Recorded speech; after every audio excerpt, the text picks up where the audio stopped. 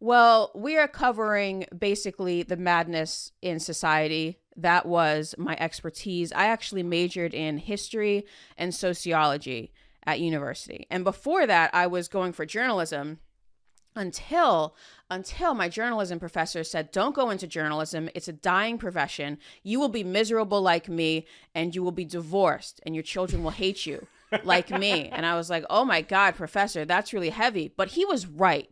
He was super right on that. Mm-hmm. And you almost went into journalism too. I did. Yeah, I did. And I didn't end up going to college. I have an associate's degree. Which has earned you a lot more money than my college degree has earned me. It has. Yeah. So who's I don't dumb know. here? I was if I had gone to college, it probably would have been in the journalism track. Definitely more than film. That would have been a huge mistake on your part. Yeah. You would have wasted all your money. I would have.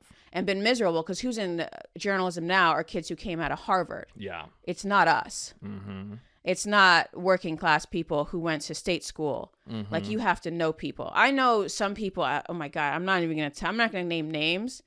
But I had a rich friend. Mm-hmm. What's their name? No. This is a rich connected friend. And he's like, oh yeah, my little sister's now working at CNN. She wrote this article. Isn't this nice? I'm like, your sister's an 18-year-old intern. What qualifications does she have to write this article? What does she know about the world? Yeah. What was the article about? It was about health and nutrition. And I'm like, what? How? You're 18. You don't know anything. Did you major in this? Mm-hmm. No, you're a journalism major. And so I was going for a double major, physics and journalism, so I could be a science writer. That's the qualifications you need to be a science writer. No, that's very interesting. Yeah, they have journalism majors writing a health column. That's weird.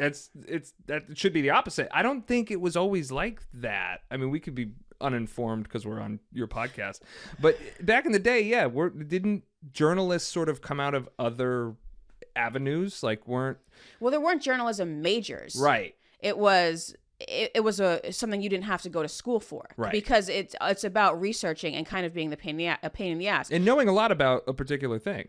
Oops, whatever, I dropped my phone. But you know a lot about a particular thing because you've had to go into that kind of like a private eye or a detective. Mm-hmm. So that was kind of the working class upbringing that brought people to journalism. Mm-hmm. My journalism professor, who I like a lot, I'm sorry his life turned to shit, and his thing, I'm only going to say this, why he became disillusioned is because he had done so much work in Africa and coltan, basically what they had to dig up to get into our cell phones so that we could complain about shit, about how horrible our lives are. So it could ruin Western society. Yeah, and meanwhile, we have slaves working for us in Africa, so we can be on our phones complaining about how hard we have it in the West.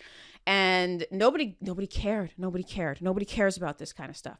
Nobody cares about the cobalt slavery in Africa right now. Nobody cares. Nobody cares. They care about submarines, and they care about which porn star is sleeping with which basketball player. They don't care. Americans, I love Americans to the bottom of my heart. They're fucking awful.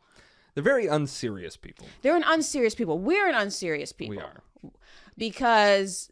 well, we have made the decision. We could be serious people. We could be miserable journalists. We could be. Yes. We could be miserable, independent journalists really trying to make a difference. But that is ridiculous. Why would we do that? Yeah. We're just going to ruin our lives? Yeah. I mean, you look at the independent journalists that really take off, and it's the ones that are clearly audience captured or have just chosen a side. You need to have a tribe behind you. Yeah. To be successful. Even some of my favorites were my favorites. Switch happened right after COVID. I thought these were independent thinkers. It turns out they were just contrarians. So they automatically flipped when the next thing came out and the audience decided what it liked. They have to be audience captured because they have Patreons too. And their Patreons have to like what they say.